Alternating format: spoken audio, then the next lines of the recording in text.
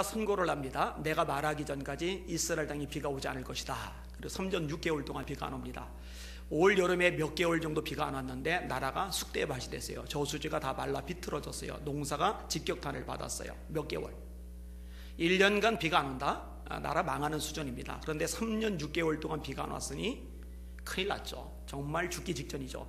오죽하면 한 나라의 최고 통치자인 왕이 물줄기를 찾아서 직접 돌아다니겠어요. 그 정도로 나라가 흉악해졌어요. 이때 하나님의 말씀에 따라서 엘리야가 아합에게 나아갑니다. 그리고 바알 선지자와 아스 선지자 모으라고 그러고 영적 싸움을 벌려서 하늘에서 불이 내리는 신, 그가 진짜 하나님이라고 제안을 합니다. 그래서 갈멜산에 모였잖아요. 엘리야가 제안합니다. 너희들이 숫자가 많으니까 먼저 해라. 그래서 아침부터 정오까지 바알 선지자 450명, 아스 선지자 400명, 850명이 기도를 합니다. 잠잠하죠. 엉터리니까. 정오부터는 엘리야가 조롱을 합니다. 너희 신이 혹시 마실 갔는지 모른다, 잠자는지 모른다, 깨워라. 그러니까 이 850명이 칼로 자기 몸을 상하면서 피를 쏟아내고 춤을 추면서 뛰놀면서 저녁 소재 드릴 때까지 울부짖어요. 그래도 역시 반응이 없어요. 저녁 소재 드릴 때 엘리야가 주변에 또랑을 파괴하고 12양동이를 쏟아붓게 해요. 재물이 젖었고 장작이 젖었고 또랑에 물이 찼고 흘러 넘쳐요. 이제는 불을 거어대도 불이 붙지 않을 상황입니다. 이때 엘리야가 기도합니다. 하나님께서 이스라엘을 돌이키게 하시는 분이라는 것, 내가 주님의 말씀으로 이렇게 전하고 있다는 것, 이 백성들이 알게 해주시옵소서. 하늘에서 불이 내렸어요. 할렐루야. 나무와 재물만 살른 게 아니라 물을 핥아버렸고 주변에 흙까지 새까맣게 타버렸어요. 이때 백성들이 엎드려 절하면서 외칩니다. 여호와 그가 하나님이시로다. 여호와 그가 하나님이시로다. 근데 이런 백성들의 선언이 있기 이전에, 불이 내리기 이전에 엘리야가 먼저 백성들에게 이렇게 외치는 장면이 나와요. 여호와가 만일 하나님이시거든 그를 따르고 바알이 만일 하나님이거든 그를 따르라. 그 앞부분에 보면 너희가 어느 때까지 두 사이에서 머뭇머뭇하겠느냐. 다시 말해, 그 당시에 이스라엘 백성들이 여호와 하나님을 섬기지 않은 건 아니에요. 하나님을 섬겼어요. 근데 문제는 뭐냐? 하나님만 섬겨야 되는데 하나님도 섬기고 바알도 섬긴 거예요. 하나님도 섬기고 아세라도 섬긴 거예요. 세상 신앙, 세상 종교는 이게 허용이 돼요. 이슬람교 빼고 힌두교나 불교 같은 데는 허용이 됩니다. 그런데 여호와 하나님을 섬기는 기독교 신앙에서는 이게 허용이 안 돼요. 바알도 섬기고 하나님도 섬기는 거, 바알도 섬기고 아세라도 섬기는 거는 하나님을 섬기는 게 아니에요. 하나님만 섬겨야 그게 진짜 신앙이 되는 겁니다. 이것은 여호수아가 노년에 이스라엘 백성들에게 선언했던 내용하고도 똑같아요. 너희들이 만약에 요단강 저쪽에 신이 좋게 보이거든 그를 섬겨라. 요단강 이쪽에 있는 신이 좋게 보이거든 그를 섬겨라. 그러나 나와 내 집은 여호와만 섬기겠노라. 여호와만 섬기겠노라. 이래 백성들이 여호와에게 도전을 받아서 우리도 여호와만 섬기겠다고. 근데 그때 여호수아가 말하기를 하나님만 섬기는 것이 쉽지는 않다고. 그래도 섬기겠냐고. 우리 백성들이 그래도 섬기겠다고 이렇게 말하는 대목이 나옵니다. 하나님만 섬겨야 합니다. 십계명에 보면 이렇게 말씀합니다. 너는 나 외에는 다른 신들을 내게 두지 말라. 너를 위하여 새긴 우상을 만들지 말고 또 위로 하늘에 있는 것이나 아래로 땅에 있는 것이나 땅 아래 물속에 있는 것에 어떤 형상도 만들지 말며 그것들에게 절하지 말며 그것들을 섬기지 말라.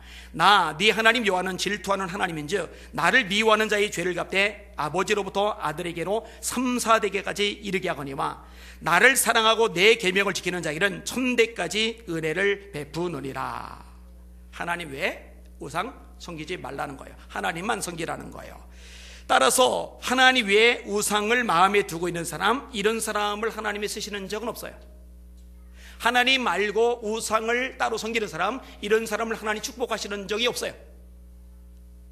오늘 설계 제목 따라합시다. 우상을 제거해야 하나님께 쓰임받는다. 한 번 더요. 우상을 제거해야 하나님께 쓰임받는다. 여러분 삶 속에 숨겨져 있는, 그리고 남겨져 있는 우상을 제거하시는 이 밤 이 시간 되시기를 예수님의 이름으로 축원합니다. 자, 오늘 본문을 좀 살펴볼 텐데요. 앞부분을 같이 좀 읽어볼게요. 나라가 굉장히 절망적인 상황이에요. 1절에서 6절까지 같이 읽겠습니다. 시작. 이스라엘 자손이 또 여호와의 목전에 악을 행하였으므로 여호와께서 7년 동안 그들을 미디안의 손에 넘겨주시니 미디안의 손이 이스라엘을 이긴지라. 이스라엘 자손이 미디안으로 말미암아 산에서 웅덩이와 굴과 산성을 자기들을 위하여 만들었으며, 이스라엘이 파종한 때면 미디안과 아말렉과 동방 사람들이 치러 올라와서 지를 치고 가사에 이르도록 토지 소산을 멸하여 이스라엘 가운데서 먹을 것을 남겨두지 아니하며 양이나 소나 나귀도 남기지 아니하니, 이는 그들의 짐승과 장막을 가지고 올라와 메뚜기 떼같이 많이 들어오니 그 사랑과 낙타가 무수함이라. 그들이 그 땅에 들어와 멸하리 하니 이스라엘이 미디안으로 말미암아 궁핍함이 심한지라. 이에 이스라엘 자손이 여호와께 부르짖었더라. 자, 나라가 절망적인 상황이 되었어요. 미디안이 들어와서 쑥대밭을 맞는 거예요. 좋은 건 죄다 뺏어가는 거예요. 그런데 속수무책이에요. 해결책이 없어요. 왜 이런 상황이 되느냐? 죄 때문입니다.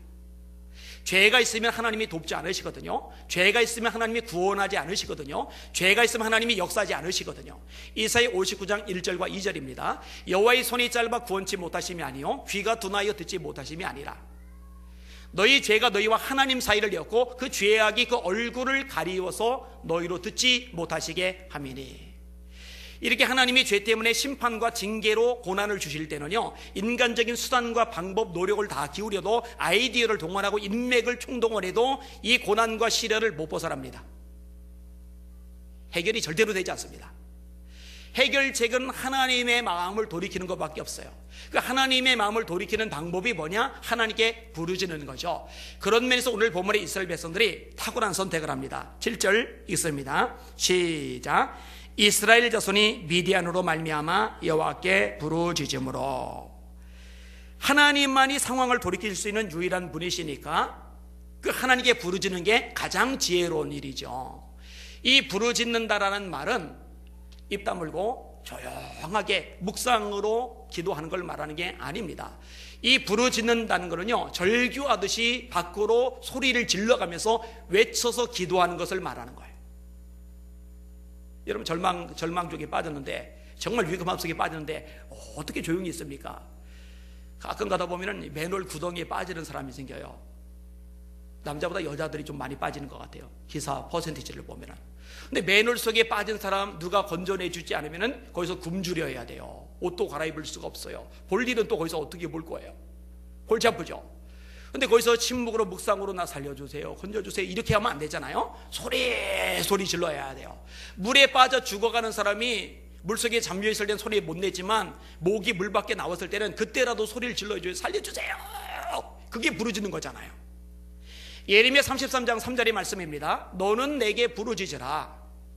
역시 마찬가지죠. 너는 내게 부르짖으라. 내가 네게 응답하겠고 네가 알지 못하는 크고 은밀한 일을 내게 보이리라.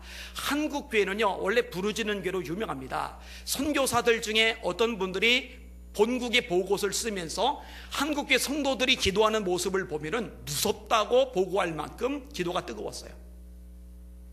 왜냐하면 복음을 전하러 온 그들도 그렇게 기도해 본 적이 없는데, 한국교회는 성령의 불이 강하게 역사하니까 막 울부짖어 기도했거든요. 부르짖어 기도했거든요. 그 기도의 불길이 지금의 한국교회 부흥을 가져온 거거든요. 이 부르짖는 기도에 능력이 있습니다. 여러분들 부르짖어 기도하시기를 주님의 이름으로 축원합니다. 이거는 특권이에요. 이거는 축복이에요. 이거는 능력입니다. 이걸 활용하시는 여러분들 되시기를 예수님의 이름으로 축원합니다. 자, 이 부르짖는 기도를 하나님이 들으셨어요? 하나님의 마음이 움직여지셨어요. 그래서 구원의 역사를 이루시는데 기도원을 선택을 하시는 거예요. 자, 11절에서 12절까지 같이 읽겠습니다. 시작. 여호와의 사자가 에베셀 사람 요아스에게 속한 오브라에 이르러 상수리 나무 아래에 앉으니라. 마침 요아스의 아들 기드온이 미디안 사람에게 알리지 아니하여 밀을 포도주 틀에서 타작하더니 여호와의 사자가 기드온에게 나타나 이르되 큰 용사여 여호와께서 너와 함께 계시도다 하매. 하나님이 기드온을 부르신 목적이 뭐예요? 여러분, 하나님을 부를 때는 이유 없이 부르지 않아요. 심심해서 부르지를 않아요. 목적이 있어요. 왜 기도를 부르셨어요? 쓰시려고. 어떤 일에 쓰시려고 부르시는 거예요? 이스라엘을 구원하는 일에 쓰시려고. 오늘 본문의 내용, 지금 읽은 이 본문의 내용을 제가 굉장히 좋아하는데, 왜냐하면 하나님의 사자가 기드온에게 큰 용사여라고 말씀하시잖아요. 기드온은 큰 용사가 아니에요. 소심하기 때문에 밀을 포도주 틀에 숨어서 타작을 합니다. 근데 왜 이 본문을 좋아하느냐? 하나님의 부르심이 하나님의 의도라는 것, 그리고 하나님의 의도는 하나님이 이루신다는 것, 이 원리 때문에 좋아요. 비록 기드온이 큰 용사는 아니지만 하나님이 기드온을 큰 용사라고 부르시면은 하나님이 기드온을 큰 용사로 만드시겠다는 의도를 가지셨다는 거예요. 그리고 인간은 아무리 좋은 의도를 가지고 있어도 그 의도를 이루지 못할 때가 많아요. 이런 부모가 자식을 향해서 좋은 의도를 가지고 있지만 그 의도대로 자식이 커갑니까? 뜻대로 안 되거든요. 능력의 한계를 벗어나거든요. 그러나 하나님은 전능하시단 말이에요. 하나님이 의도를 하시면은 그 의도대로 사람을 얼마든지 키워낼 수 있습니다. 할렐루야. 그 의도대로 하나님이 얼마든지 사람을 세워줄 수 있습니다. 할렐루야. 소심하고 한심한 기도이지만 하나님이 큰 용사가 되게 만드시겠다고 작정하시면 기도는 얼마든지 큰 용사가 될 수 있거든요. 실제로 기도는 큰 용사가 됩니다. 미디안의 10만이 넘는 대군 아말렉 족을 동방 사람들을 물리쳐 버리니까, 나를 구원해 버리니까. 예수님이 시몬 보고 베드로라, 반석이란 말이죠. 그런 반석이 어디 있어요? 조약돌만도 못한데 휘청거리고 변덕스럽고 유약하고 계집종 앞에서 예수 부인하고.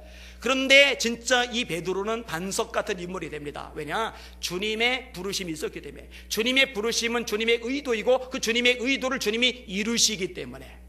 그러니까 이 말씀이 저에게 위로가 되고 격려가 되고 용기가 돼요. 나는 모자라지만, 한계가 많지만, 문제투성이지만 하나님이 나를 세워주겠다고 의도하시면은 그 의도대로 될 것이기 때문에 얼마나 소망이 생겨요. 고린도서 1장 27절 말씀하고도 연결이 됩니다. 그러나 하나님께서 세상에 미련한 것들을 대가사 지혜로운 자들을 부끄럽게 하라 하시고, 세상에 약한 것들을 대가사 강한 것들을 부끄럽게 하라 하시며, 세상에 천한 것들과 없는 것들과 멸시받은 것들을 대가사 있는 것들을 폐하려 하시라니 이는 아무 육체도 하나님 앞에서 자랑하지 못하게 하려 하심이니라. 할렐루야. 말씀이 선포되면 아멘으로 받아 먹으셔요. 할렐루야. 하나님의 뜻은 이루어집니다. 자, 그런데요, 이렇게 큰 용사로 쓰기 전에 먼저 해결할 게 있어요. 먼저 요거 해결 안 하면 쓰실 수가 없어요. 그게 뭐냐? 아까 제목 말씀드렸죠? 우상이에요. 우상. 자, 말씀 읽을게요. 25절에서 26절까지 하나님의 명령이 언급이 됩니다. 시작.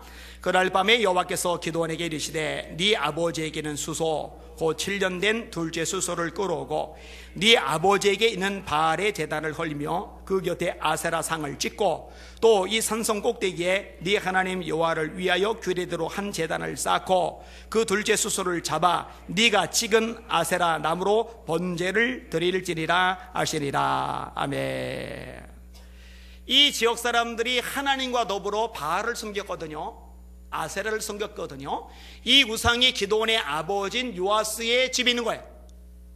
하나님이 바알의 제단을 헐어버리래요. 아세라를 찍어버리래요. 찍어버린 아세라의 우상을 가지고 불 지펴서 둘째 수소로 하나님께 번제를 드리라는 거예요. 여러분, 하나님의 명령은 절대적이죠? 절대적이지 않아요? 여러분, 하나님의 명령은 절대적이죠? 순종해도 되고 순종 안 해도 되는 게 아니라 반드시 순종해야 되죠? 진짜 하나님의 사람들은 하나님의 말씀을 준행하랍니다. 하나님이 모세에게 명령하신 것, 여호와께서 명하신 대로 다 준행하였더라. 여호와께서 명하신 대로 다 준행하였더라. 여호와께서 명하신 대로 다 준행하였더라. 이 구절이 계속 반복돼요. 일부만, 몇 가지만 취사 선택해서 너 다 준행하였더라. 다 준행하였더라. 이게 모세의 특징입니다. 선지자들도요, 진짜와 가짜의 차이가 있어요. 진짜 선지자의 특징은 하나님의 명령에 순종합니다. 예를 들어 호세아 선지자 보고 너는 음란한 여자를 아내로 맞아라. 그래서 고멜을 아내로 맞은 거예요. 이 여자가 바람 펴서 딴 놈에게 가요. 빚까지 줬어요. 하나님이 명령하시는 거예요. 데려와서 이전과 똑같이 사랑해줘라. 이거 안 됩니다. 열받아가지고 복수심 때문에. 그런데 호세아는 그대로 해요. 그대로 해요. 왜? 하나님의 종이니까. 예레미야는 경우가 달라요. 너는 장가가지 말고 혼자 살아라. 그럼 아무리 장가가고 싶은 열정이 가득해도 장가가면 안 돼요. 하나님의 종 선지자니까. 예레미야는 결혼하지 않고 혼자 지내요. 친구들도 다 등 돌렸죠. 내 친한 것들도 다 내가 실족하기를 기다리며 그가 혹시 유혹을 받게 되면 우리가 그를 이기어 우리 원수를 갚자라이다. 친구들, 친척들, 이웃들 다 등 돌렸기 때문에, 아나도 고향 사람들 다 등 돌렸기 때문에 너무 외로운데 아내도 없어요. 더 외롭죠. 근데 그렇게 하는 거예요. 자, 아내에게 하나 더 할까요? 하나님이 에스겔을 보고 말해요. 내가 네 소중한 것을 뺏을 텐데 너는 슬픈 기색을 내지 말아라. 상징이거든요. 그리고 어떻게 되느냐? 다음날 아내가 죽어요. 얼마나 가슴 아픈 일입니까?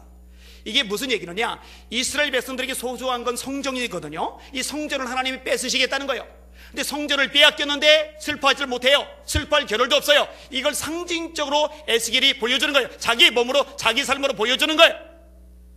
아내가 죽었는데 에스겔 슬픈 기색을 안 내요. 속은 억장이 무너지는데 너무 슬픈데, 하늘이 무너지는 것 같은데 슬픈 기색을 안 내요. 왜? 하나님의 종이니까. 다시 말합니다. 하나님의 사람, 진짜 하나님의 종들에게는 하나님의 말씀이 절대적일 수밖에 없어요. 하나님이 기도원 보고 우상 제거에 겁나요. 실제로 이 기도원이 두려워합니다. 동네 사람들이 죽일까봐 겁을 먹어요. 그렇지만 순종해야 되는 거죠. 기도원이 순종합니다. 자, 말씀 볼게요. 27절 시작. 이에 기도원이 종 10사람을 데리고 여호와께서 그에게 말씀하신 대로 행하되 그의 아버지의 가문과 그 성읍 사람들을 두려워함으로 이 일을 감히 낮에 행하지 못하고 밤에 행하리라. 누굴 두려워해요? 아버지의 가문, 큰아버지, 작은아버지, 뭐 기타 등등 집안 사람들, 그 다음에 성읍 사람들, 동네 사람들 두려워요. 그렇지만 두려움은 있지만 몰래라도 순종하는 거예요. 자, 순종을 했더니 진짜 문제가 생겼어요. 동네 사람들이 기도원 잡아 죽인다고 떼거지로 모여든 거예요. 자, 28절에서 30절 읽습니다. 시작. 그 성읍 사람들이 아침에 일찍 일어나 본즉 바알의 제단이 파괴되었으며 그 곁에 아세라가 찍혔고 새로 쌓은 제단 위에 그 둘째 수소를 들였는지라. 서로 물어 이르되 이것이 누구의 소행인가 하고 그들이 캐어 물은 후에 이르되 요아스의 아들 기드온이 이를 행하였도다 하고 성읍 사람들이 요아스에게 이르되 네 아들을 끌어내라. 그는 당연히 죽을지니 이는 바알의 제단을 파괴하고 그 곁에 아세라를 찍었음이니라 하리. 여러분 질문, 기드온이 우상을 제거한 일이 잘한 일이에요, 잘못한 일이에요? 잘한 일이죠. 그러면은 이스라엘 백성들은 하나님을 섬기는 사람들이니까 기드온이 잘한 일을 가지고 칭찬해주고 격려해주고 지지해주고, 야, 우리가 결단 못 내리던 거 너라도 나서서 우상을 제거해줬으니 정말 고맙다, 이렇게 해도 모자랄 판국인데요. 기드온 내놔. 기드온 아버지 요아스 보고 내놔. 그거 죽여야 돼. 죽여야 돼. 미디안 대군이 아니라 아말렉이 아니라 동방 사람들이 아니라 같은 동족이 같이 하나님을 섬기는 백성들이 거꾸로 죽인다고 달려들고 있는 거예요. 세상에. 근데 여러분 잘 들으세요. 하나님이 기뻐하시는 일을 행할 때 핍박이 따릅니다. 이 핍박은 세상에서만 오는 게 아니라 내부에서도 올 수 있다는 거 기억하시길 주님의 이름으로 축원합니다. 예수님이 말씀하신 8복 중에 8번째 항목이 뭐예요? 의를 위하여 박해를 받은 자는 복이 나니 천국이 그들의 것입니다. 나를 인하여 너희를 욕하고 박해하고 모든 거짓으로 너희를 거슬려 온갖 악한 말을 할 때는 진짜예요. 제가 겪었거든요. 진짜 온갖 악한 말을 해요. 한국교회를 위해서 애쓰는 건데, 수고하는 건데, 격려하고 지지하고 편들어주는 사람만 있는 게 아니라 같은 목회자인데 같은 기독교인인데 오히려 거꾸로 공격을 해야 돼요. 이렇게 때로는 거짓말까지 해가면서 온갖 악한 말을 할 때는 기뻐하고 즐거워하라. 하늘에서 너희 상이 큼이라. 너희 전에 있던 선지자들도 이같이 박해하였느니라. 디모데후서 3장 12절에 이렇게 말씀합니다. 무릇 그리스도 예수 안에서 경건하게 살고자 하는 자는 박해를 받으리라. 할렐루야. 말씀을 인용할 때는 아멘으로 받아 먹으시라니까요. 다시, 무릇 그리스도 예수 안에서 경건하게 살고자 하는 자는 박해를 받으리라. 이게 하나님의 말씀의 가르침이거든요. 사도 바울이요, 제자들에게 이렇게 말합니다. 우리가 하나님의 나라에 들어가려면 많은 환난을 겪어야 할 것이니라. 늘 예수 믿었지? 하는 것마다 잘 될 거야, 돈 벌 거야, 성공할 거야, 출세할 거야, 인기 얻을 거야, 박수 칠 거야, 사람들이 떠받들어 줄 거야, 그렇게 얘기 안 해요. 하나님 나라에 들어가려면 너희가 많은 환난을 겪어야 할 것이다. 왜냐? 세상과 적당히 타협하며 살면은 별 문제 없지만 정말 목숨 걸고 주님 뜻대로 살려가면은 사단이 태클을 걸거든요. 그럼 환난을 당할 수밖에 없거든요. 이거를 정확하게 가르쳐준 사도가 바울이에요. 여러분 잊으시면 안 돼요. 헷갈리면 안 돼요. 절대로 헷갈리면 안 됩니다. 자, 이렇게 동네 사람들이 나서서 기도원 죽여야 된다고 난리를 피는데 여기서 변수가 발생을 해요. 기도원의 아버지 집안에 우상이 있었다는 얘기는 기도원의 아버지 요아스가 유력한 인물이고 이 우상 숭배의 핵심 멤버라는 거예요. 근데 이 핵심 멤버든 기도원의 아버지가 전혀 다른 행동을 보이는 거예요. 31절 읽습니다. 시작. 요아스가 자기를 둘러싼 모든 자에게 이르되 너희가 바알을 위하여 다투느냐? 너희가 바알을 구원하기느냐? 그를 위하여 다투는 자는 아침까지 죽임을 당하리라. 바알이 과연 신일진데 그의 제단을 파괴하였은즉 그가 자신을 위해 다툴 것이리라 아니라. 왜 이런 태도를 보일까? 아들이라서 싸고 도는 걸까? 아니에요. 그런 차원이 아니에요. 지금 바알 자체를 공격하고 있어요. 제가 볼 때 이거는 하나님이 기도원에게 주신 선물 차원으로 해석이 가능합니다. 기도원이 목숨의 위협을 각오하고까지 하나님 말씀에 순종해서 우상을 제거하니까 기도원의 아버지인 요아스의 마음을 하나님이 바꿔놓으신 거예요. 할렐루야. 대신 나서서 동네 사람과 맞서 싸우게 만드신 거예요. 이것을 계기로 기도원에 이름이 하나가 생겨요. 그게 여룹바알이에요. 여룹이란 말은 대적한다라는 말, 바알이란 말은 말 그대로 바알신이란 말. 그럼 여룹바알이란 말은 바알을 대적하는 자라는 뜻이거든요. 영예로운 칭호를 넣는 거죠. 마지막 절 읽습니다. 시작. 그 날에 기도원을 불렀으니 이는 그가 바알과 제단을 파괴하였으므로 바알이 그와 더불어 다툴 것이라 함이었더라. 아멘. 결국 우상을 제거한 이 일 후에 기도원이 놀랍게 쓰임을 받아요.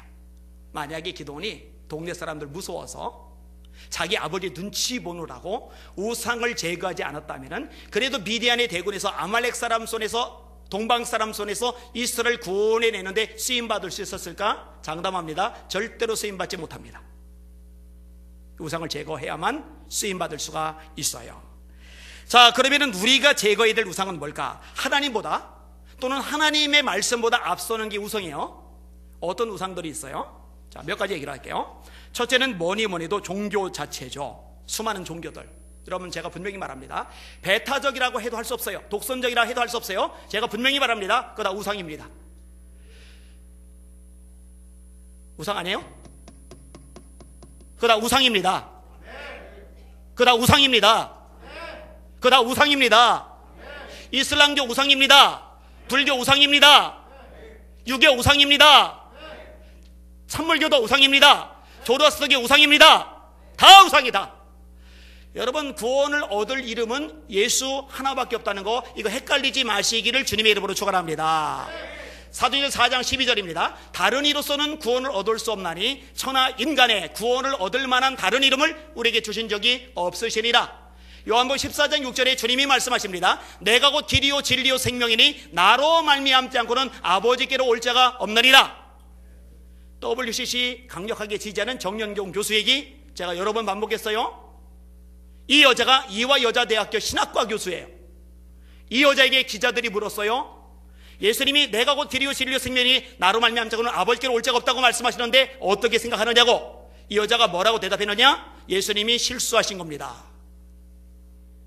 미친 여자죠. 이건 정신 나간 여자죠. 아니에요. 예수님 말고 구원의 길이 없다는 거 이거 놓치지 마시기를 주님의 이름으로 축원합니다. 사람이 왜 죽어요? 죄 때문에. 죽음 이후에 뭐가 있어요? 심판이 있죠. 죄의 삭은 사망이라고 로마서 6장 23절에 말씀합니다. 한 사람으로 말미암아 죄가 세상에 들어오고 죄로 말미암아 사망이 왔다고 로마서 5장 12절에 말씀합니다. 죽음 후에 심판이 있다고 히브리서 9장 27절에 말씀합니다. 그 심판이 둘째 사망 불못이라고 계시록 21장 8절에 말씀합니다. 죄 때문에 죽고 죄 때문에 심판받는데 이 죄를 해결하지 않고 구원을 말하는 거 사기치는 거란 말이에요. 인간의 노력으로, 인간의 종교로, 인간의 수단으로, 인간의 지혜로, 인간의 고행으로, 인간의 선행으로 구원받을 수 없기 때문에 하나님이 당신의 아들 예수님을 이 땅에 보내시고 그분이 우리 죄를 대신 짊어지고 죽으심으로 말미암아 저와 여러분의 모든 죄가 씻음받는 줄 믿으시길 바랍니다. 이것을 예언한 선지자가 이사야라고 그랬죠. 53장 4절, 5절, 6절. 그는 실로 우리의 질고를 지고 우리의 슬픔을 당하였거늘 우리는 생각하기를 그가 하나님에게 징벌을 받아서 고난을 당한다 하였노라. 그가 찔림은 우리의 허물 때문이요 그가 상함은 우리의 죄악 때문이라. 그가 징계를 받음으로 우리가 평화를 누리고 그가 채찍에 맞음으로 우리가 나음을 입었도다. 우리는 다 양 같아서 그릇 행하여 각기 제 길과 끈을 여호와께서는 우리 무리의 죄악을 그에게 담당시키셨도다. 예수라는 이름의 뜻이 뭐예요? 마태복음 1장 21절 아들을 낳으리니 그의 이름을 예수라라. 이는 그가 자기 백성을 그들의 죄에서 구원할 자이심이라. 예수 십자가 외에 구원의 길은 없습니다. 다른 건 다 우상입니다. 예수도 믿고 절도 가고 이거 하나님 안 쓰세요. 예수 믿는 사람 아니에요. 예수도 믿고 점도 치고 제가 점 치지 말라고 그랬어요. 손금도 보지 말라고 그랬어요. 오늘의 운세 따위 보지 말라고 그랬어요. 아멘. 하지 마세요. 타로점도 치지 마세요. 화투점도 치지 마세요. 화투점 가지고 인생의 운명이 좌지우지되면 그 얼마나 초라하고 한심하고 천박한 인생입니까? 우리 그렇게 하찮은 존재 아니에요. 하나님 형상대로 시험받았거든요. 절대 용납되지 않아요. 우상을 제거하시기를 주님의 이름으로 축원합니다. 두 번째, 이념 혹은 정치 선양에 대해서 얘기할게요. 기독교 성결교회 페이스북 그룹에 한 목사님이 글을 올리는데 예수님 얘기를 한 번도 안 올려요. 성경 얘기를 한 번도 안 올려요. 목회 얘기를 한 번도 안 올려요. 성도들 얘기도 한 번도 안 올려요. 1에서 100까지 전부 다 정치 얘기만 올려요. 제가 강퇴시켜버렸어요.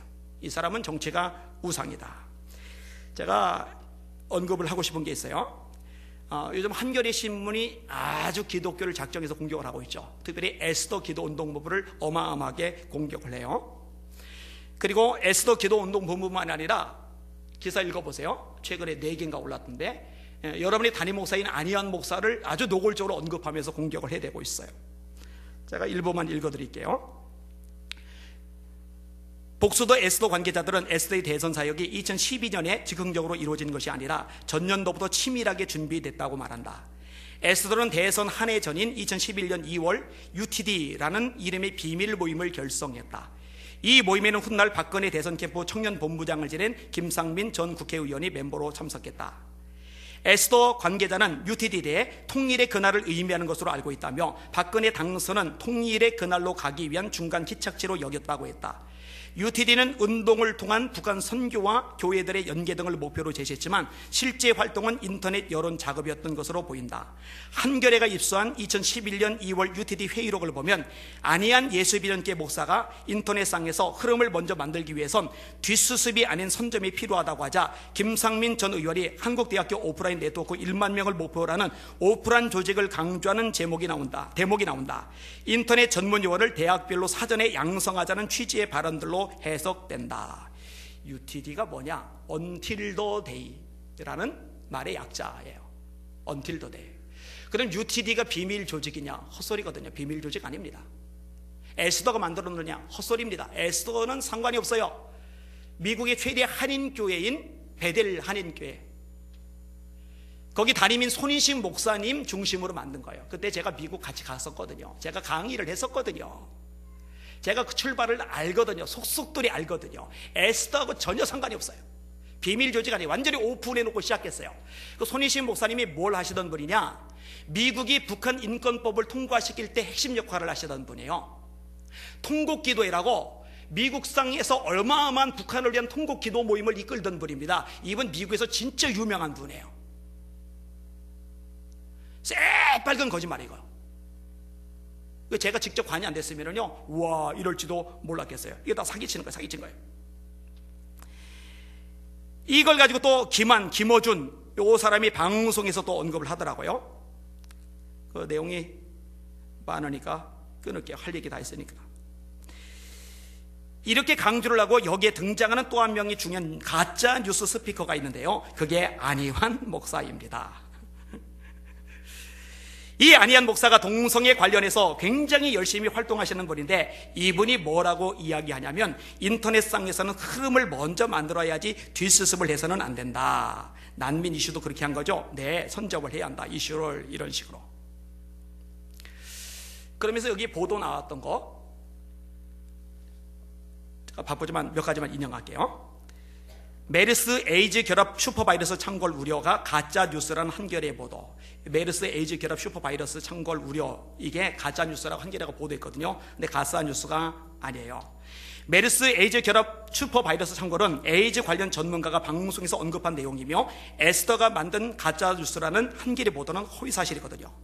한국일보가 2018년도 4월 4일자 보도에서 이렇게 말합니다. 한 바이러스는 다른 바이러스에 대해 내성을 갖지 않기 때문에 동시에 두 개의 바이러스에 감염되는 것은 드문 일이 아니다. 동시 감염에 대한 가장 좋은 자료는 HIV와 에이즈 말하는 거요, 간염과 같은 더 심각한 바이러스의 연구에서 나온다. 근거 자료 출처가 다 있어요. 동성애 합법화하면 수간도 합법화된다, 이런 가짜 뉴스를 퍼뜨렸다고 한겨레가 보도를 했어요. 유럽과 캐나다에서 수간이 합법한 나라들이 있으며 수간 매춘이 성행하고 있는 나라들이 실제로 있어요. 2005년 동성결혼을 합법화한 캐나다는 11년 뒤 2016년에 수간을 합법화합니다. 원문 출처 다 있어요. 2012년 12월 29일 뉴스월의 보도에 의하면 독일은 1969년 동물에 심각한 위해를 끼친 경우를 제외한 수간을 합법화했다고 보도하고 있어요. 이게 일반 기사에서 보도가 내용들이에요. 개인이 동성애 혐오감을 일으키려고 가짜 뉴스를 퍼뜨리는 게 아니라 실제로 주처 자료들이 다 있어요. 동성애 케이크 제작 거부 미국인 1억 6천만 원 벌금 폭탄이 가짜 뉴스라고 한겨레가 또 보도했어요. 이 내용은요, 되게 웃기는 게 2014년에 허핑턴 포스트 코리아가 기사로 내놓았거든요. 허핑턴 포스트 코리아는 뭐냐? 한겨레가 운영하는 언론이에요. 지들이 보도해놓고 지들이 보도한 내용을 가지고서 발표를 한 건데 그게 가짜 뉴스래요. 이런 바보 천치 같은 인간들이 어디 있어요? 동성애 교육 항의 아버지 감옥행위 가짜 뉴스라는 한겨레 보도가 나왔죠. 이 사건은요, 2005년 렉싱턴에서 일어난 유명한 사건입니다. 동성애 교육 반대하다가 감옥 갔다니까요. 실제 있었던 일이라니까요. 동성애하면 에이즈 걸린다라는 것이 가짜 뉴스라고 한겨레가 보도했어요. 2018년 8월 25일자 연합뉴스 보도, 국내 에이즈 감염 60%는 동성끼리, 10대 20대 위험수위라고 공식으로 보고가 됐어요. 18에서 29세 에이즈 감염자 291명 중에 동성간, 양성간 섬족촉이 72.5%, 18세, 19세 청소년이죠. 이들 비율이 92.9%, 동성애 커플 주례 거부 목사 징역형, 이게 가짜뉴스다. 아니에요. 2014년 아이오다주의 사건으로서 실제 있었던 사건입니다. 180일간 투옥됐고 $1,000 벌금 냈거든요. 자료 다 있어요. 그러니까 염한섭 원장이 공개 토론하자, 안 나타나요. 도망가고. 에스더에서 공개 토론하자, 안 나타나요. 그러면 우리가 실수했다라고 사과를 하거나 아니면 정정 보도해야 되잖아요. 얘들 이런 거 절대 안 해요. 근데 여러분, 제가 제일 속상한 게 뭔지 아세요? 이런 보도들을요, 그냥 여과 없이 받아들이는 기독교인들이에요. 그 우상이에요. 이념이 우상이에요. 여러분 잘 들어요. 여러분의 담임 목사는 우파가 아닙니다. 저 우파에 관심 없어요. 박근혜 대통령, 그분이 이슬람 확산시키려 할 때 그 할랄 금지 대회에서 반대 연설하던 사람이 저예요. 이명박 대통령 때 직접 저에게 찾아와서 자금 대준다고 할 때 자금 거절했어요. 그런 짓 안 해요. 숙구구 법안때 결사 반대했어요. 제 관심은 하나님의 말씀이에요. 민주당에 만약에 진보진영이 동성애 합법화 추진하지 않으면 굳이 맞서 싸울 이유가 전혀 없어요. 잘 들어요. 여러분, 이념은 둘째입니다. 정치도 다 둘째입니다. 하나님의 말씀이 최우선이 되시기를 주님의 이름으로 축원합니다. 왜 그런 것 들여다보면서 영향받고 선동되고 헷갈리고 헛소리 하냔 말이에요. 한겨레 조현 기자 얘기. 내가 이 사람 아주 열불나 죽을 지경인데, 이 사람은 70%가 기독교 난도질, 30%가 불교 템플스테이 홍보, 이 사람 누구냐? 독실한 불교 신자, 유명한 불교 강연자, 불교에서 문학상 많이 받은 사람. 근데 여기에 영향을 받아요. 여러분 잘 들으세요. 골리앗이 이스라엘 백성들 조롱을 하는데 다윗이 분노를 해요. 왠지 알아요? 하나님의 백성을 조롱하는 것은 하나님을 조롱하는 거예요. 사울이 교회를 박해를 했는데 예수님이 뭐라고 말씀하세요? 네가 어찌하여 내 교회를 박해하느냐 이렇게 말씀하세요. 네가 어찌하여 나를 박해하느냐라고 말씀하세요. 여러분 한국 교회를 난도질하는데, 매도하는데, 함부로 욕하는데, 썩었다고 하는데, 혐오 집단이라고 말하는데 왜 여러분들은 분노하지 않아요? 왜 그거 들여다보면서 희덕거리고 있어요?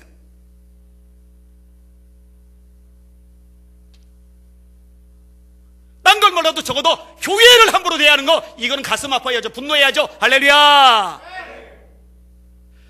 다시 말합니다. 이념이 정치가 우상이 되지 않도록 조심하시기를 주님의 이름으로 축원합니다. 자, 세 번째로 말씀드리고 싶은 게 있는데 자아예요. 자. 여러분 사람에게 있는 자아는 매우 강력한 존재입니다. 이기기 어려워요. 제가 성령의 능력으로 세상도 마귀도 죄악도 자아도 이깁시다 그러죠. 이 네 번째 항목이 자아인데 이 자아가 이기기 가장 어려운 부분입니다. 그러나 이겨야 돼요. 예수님이 말씀하십니다. 아무든지 나를 따라오려거든 자기를 부인하고 자기 십자가를 지고 나를 쫓을 것이리라. 이때 자기 부인, 이 자기가 자아를 얘기하는 거예요. 바울이 이렇게 고백합니다. 내가 그리스도와 함께 십자가에 못 박혔나니, 내가 못 박혔나니, 자아를 말하는 거예요. 십자가에 못 박혔나니 그런즉 이제는 내가 산 것이 아니오 오직 내 안에 그리스도께서 사시는 것이다. 이제 내가 육체 가운데 사는 것은 나를 사랑하사 나를 위하여 자기의 몸을 버리신 하나님의 아들을 믿는 믿음 안에서 사는 것이라. 여러분 자아라는 우상을 제거한다는 것은 내 생각을 내려놓는다는 거예요. 내 경험을 내려놓는다는 거예요. 내 주장을 내려놓는다는 거예요. 여러분 다 내려놓으실 수 있기를 주님의 이름으로 축원합니다. 내 생각에는 이게 아주 심각해요. 이게 아주 심각해요. 자아예요. 자아. 내 생각에는 자아. 아니요, 그러면 안 돼요. 따라합시다. 하나님 말씀에는 이렇게 해야 돼요. 내 생각에는이 아니라 하나님 말씀에는, 내 생각과 다르더라도 하나님이 말씀하시면 아멘. 내 경험과 다르더라도 하나님이 말씀하시면 아멘. 내 중과 다르더라도 하나님이 말씀하시면 아멘. 이렇게 아멘 하시는 여러분들 되시기를 주님의 이름으로 축원합니다. 그런데 이게 안 돼요. 여러분 나만의 문제가 뭐냐? 내 생각에는, 자기 생각에는 엘리사가 나와서 안찰하면서 자기 고쳐줄 줄 알았는데 코빼기도 안 비치고 나가서 요단강에 7번 목욕하라고 그러거든요. 하나님의 종이 하라고 그러면 그냥 해보면 되는데요, 내 생각에는 그렇게 하면 안 되거든요. 그러니까 분노가 일어나는 거예요. 잘 들어요. 왜 분노가 생기느냐? 왜 자꾸 열이 받느냐? 왜 자꾸 감정적으로 틀어지느냐? 내 생각에는 이게 강해서 그래요. 이게 줄어들수록 분노도 감정 상하는 일도 사라져요.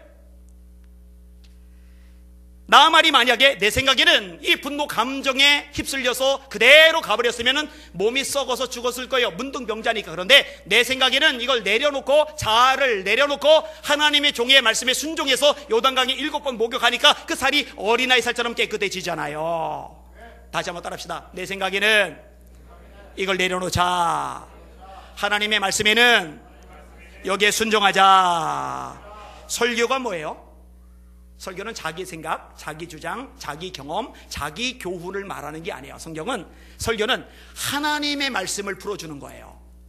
그래서 본문을 읽었으면 본문을 넘어서서 딴 얘기 자기에게 시컷하면 안 되고, 이 본문에서 무엇을 말씀하고 있는지 정확히 캐치해서 그것을 가감하지 말고 있는 그대로 풀어주는 게 설교예요. 그리고 여기는 여러분들은 그런 설교를 좋아해야 된다고 제가 수없이 강조했을 거예요. 만담 웃기는 얘기 좋아하지 말라고, 너무 간증도 좋아하지 말라고, 너무 예화도 좋아하지 말라고, 너무 세상적인 얘기 좋아하지 말라고, 인간적인 얘기 좋아하지 말라고, 하나님 말씀을 있는 그대로 풀어주는 걸 가장 좋아하고 가장 맛있게 받아먹는 여러분들 되시기를 주님의 이름으로 축원합니다. 그게 건강한 신앙이죠. 그게 바람직한 신앙이죠. 자, 한 가지 더 생각을 해볼게요. 네 번째로 사람이에요. 사람. 여러분 하나님은요, 우리가 사람을 의지하기를 원하지 않으세요. 하나님이요, 당신이 놀랍게 쓰시려는 사람들 보면은요 반드시 이 부분을 짚고 넘어가셔요. 다윗 봐요. 부하들 그 600명 그들밖에 없죠. 처자식 그들밖에 없죠. 나라 떠나서 시글락에서 빌부터 사는데 그들이 모든 거예요. 그들이 모든 거. 근데 모든 것인 그들이 돌 들고 쳐 죽인다고 달려들 때 다윗은 그 모든 것이 의미가 없다는 것을 뼛속 깊이 느껴요. 딱 한 분밖에 안 남는다는 거, 이게 뚜렷해져요. 딱 누가 남아요? 하나님만 남아요. 야곱이 처자식과 재산을 이끌고 오는데 형 에서가 잡아와 죽인다고 달려들어요. 야복강가에 홀로 남았더니 아내도 도움이 안 되고 자식도 도움이 안 되고 재산도 도움이 안 되고 다 보내놔요. 홀로 남아요. 상대할 분은 딱 한 분밖에 안 남아요. 하나님. 이 과정을 거쳐요.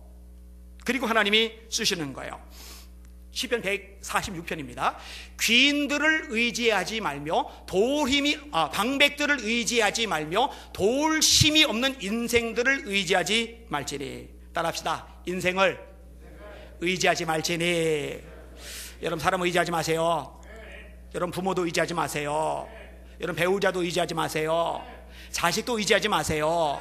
하나님만 의지하시기를 주님의 이름으로 축원합니다. 방백들을 의지하지 말며 도울 힘이 없는 인생을 의지하지 말지니 그의 호흡이 끊어지면 흙으로 돌아가서 그날에 그의 생격이 소멸하리로다. 그 다음 구절이 뭐냐?